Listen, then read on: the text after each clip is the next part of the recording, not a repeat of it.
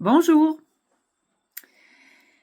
On vit présentement une période de restriction budgétaire, puis en tant que conseillère pédagogique, je me pose la question, comment puis-je réduire les coûts de formation, les coûts d'accompagnement et surtout, qu'est-ce que je peux faire sans avoir à remplacer les profs parce qu'on parle d'emploi à temps complet à considérer dans nos divers accompagnements. Alors, je vous partage un petit peu à quoi j'ai réfléchi.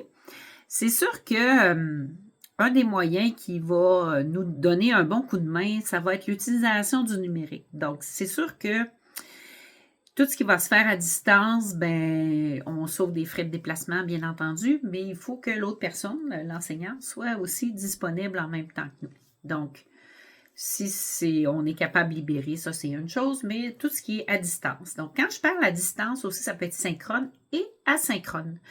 Donc, asynchrone, ça veut dire c'est pas en direct, que je suis pas nécessairement en direct avec les enseignants. Alors, qu'est-ce que j'ai à ma disposition pour pouvoir informer ou accompagner, former les enseignants en asynchrone? Donc, qu'est-ce que j'ai? C'est sûr que je peux produire des infographies qui ne nécessitent pas nécessairement une explication à l'oral. On pourrait faire une vidéo comme je fais avec vous pour accompagner l'infographie, bien entendu. Ça, c'est un moyen que j'ai, mais c'est quand même assez limité. On ne va pas très en profondeur avec ça. L'autre moyen, c'est de faire tous nos suivis à distance, bien entendu, donc par Teams ou Classroom, là, peu importe le système que vous utilisez, donc d'avoir à utiliser peut-être des suivis vocaux. Donc, on vient de sauver sur les frais de déplacement aussi.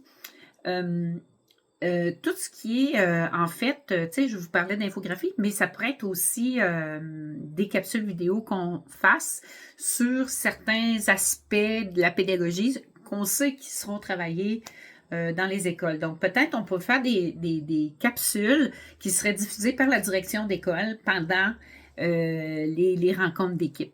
Donc ça pourrait peut-être être une solution. Non, je vous dis, je gratte. je cherche vraiment des solutions pour sauver des sous.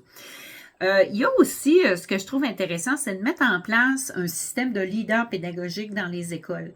Donc, à ce moment-là, au lieu d'avoir à libérer l'ensemble de l'école ou un niveau au complet, peut-être que je pourrais parler à une personne par école, diffuser l'information, puis ces gens-là deviendraient des agents multiplicateurs. Bien sûr, il faut que ça soit dans la tâche, mais peut-être que ça pourrait être un moyen pour qu'on puisse assurer un accompagnement puis s'assurer d'une formation continue, un prolongement du travail de conseiller pédagogique si on veut sauver sur les frais de déplacement, entre autres, puis de libération.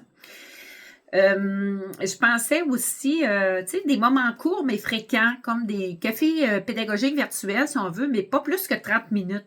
Fait qu'on peut faire ça peut-être sur l'heure du midi, tu sais, en dehors des heures où est-ce que les enseignants sont occupés avec les élèves. C'est sûr que ce temps-là, il faut qu'il soit reconnu à quelque part parce que c'est du temps de formation, ça fait partie, c'est conventionné aussi.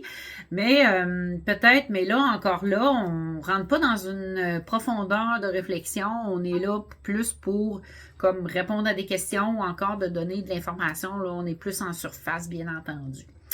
On parle aussi de... J'ai vu à quelque part qu'on pouvait travailler ce qu'on appelait des lectures accompagnées, des lectures guidées. Donc, on propose des lectures, puis on en discute ensemble lors de notre café pédagogique, par exemple. Donc, ça pourrait déjà amener un peu plus de profondeur dans la réflexion pédagogique. Puis c'est sûr que quand on regroupe plusieurs enseignants autour d'un même sujet, ben on risque de sauver beaucoup de temps. Puis les enseignants vont se parler entre eux autres. Donc, j'arrive à mon prochain point. On pourrait-tu mutualiser ensemble? Donc, dire peut-être entre écoles, vous autres, vous avez travaillé là-dessus, nous, on a travaillé là-dessus. Est-ce qu'on pourrait échanger notre façon de réfléchir, de travailler?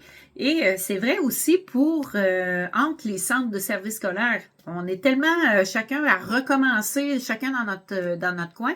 Peut-être qu'on pourrait sauver du temps puis mettre notre expertise à bon escient pour pouvoir mieux accompagner les enseignants. Je dépose tout ça, là, c'est vraiment en vrac. Maintenant, il y a toujours, dans ce que j'ai proposé, il y a toujours une place où est-ce qu'il faut remplacer. Donc, on est vraiment dans cet enjeu-là présentement, des emplois à temps complet.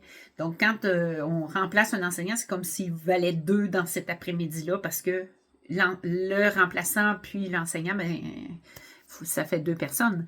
Donc, qu'est-ce que je peux voir? Ben, c'est que je sais que dans certaines écoles, ils ont déjà planifié dans l'horaire des temps collaboratifs où est-ce qu'ils travaillent ensemble. Donc, ils ont organisé l'horaire, la direction d'école a organisé l'horaire pour faire en sorte que les enseignants se rencontrent. Donc, pour moi, comme conseillère pédagogique, ben, j'ai mes frais de déplacement, bien sûr, mais déjà qu'il n'y a pas de remplacement de prof à ce moment-là. Donc, ça, je trouve que c'est un bon moyen, mais là, comme l'année est entamée, c'est sûr que ça va être plus difficile, mais il faut peut-être y penser pour l'année prochaine. OK? Donc, pour pouvoir réorganiser notre horaire. C'est sûr qu'il faut que ça soit en dehors, si c'est en dehors des temps de classe, il faut que ça soit reconnu dans le temps de formation. Et ben c'est ça, je fais de l'écoute de capsules vidéo, ça se fait pas en présence élève, hein? L'écoute de balado non plus, puis la lecture non plus. Fait que ces temps-là, ben faut qu'on les reconnaisse, mais c'est quand même du temps de formation qui est disponible. Il y a tout ce qui est aussi formation à distance, où est-ce qu'on va parler d'autonomie au niveau du parcours professionnel. Donc, tout ce qui est auto-formation, je suis dans ma même lignée que les lectures, les balados, les capsules vidéo, mais les auto-formations, oui, ça demande beaucoup de travail pour le conseiller pédagogique. Fait faut les concevoir, ces auto-formations-là. Il y en existe déjà. Il y a des organismes qui en proposent. Mais par l'auto-formation, ben après ça, on en parle avec les enseignants, de dire hey, moi, j'ai eu tel questionnement, mais là, on est là pour accompagner. Donc, de penser à un parcours de formation continue autonome, c'est pas bête non plus, mais il faut prendre le temps, ça prend beaucoup, ça prend du courage, puis ça prend de la détermination quand on veut faire un parcours de 60 heures, par exemple, ou de 30 heures. Donc, faut être motivé et le sujet doit nous intéresser. Et il y a aussi, je vais terminer avec ça, une autre idée comme ça, c'est tout ce qui est l'accompagnement de proximité. Donc, l'accompagnement de proximité, pour moi, qu'est-ce que ça veut dire? C'est du co-enseignement. Donc, peut-être que je pourrais me déplacer. Bien, là, l'enseignant, il n'a pas besoin de se faire remplacer. Puis, par exemple, ça pourrait être l'orthopédagogue ou un autre enseignant ou la conseillère pédagogique. Puis là, ben, on met en place un dispositif, mais on le fait ensemble. Donc, l'enseignant ne se retrouve pas toute seule à tenter de l'innovation pédagogique. Donc, on pourrait être là. Puis peut-être, ça peut être aussi pour diverses raisons. On a un élève qui réagit de telle façon. Viens donc voir comment il réagit et tout ça. Donc, le co-enseignement, ça peut être aussi, je pense, une voie intéressante à utiliser. Ben, en tout cas, moi, je serais ouverte à entendre vos solutions pour être capable de sauver des sous puis être capable de libérer le moins possible faut être créatif là présentement pour s'assurer d'offrir une formation continue de qualité auprès des enseignants qu'on accompagne. Alors, je vous laisse là-dessus, je vous laisse réfléchir à ça, puis on se dit à la prochaine.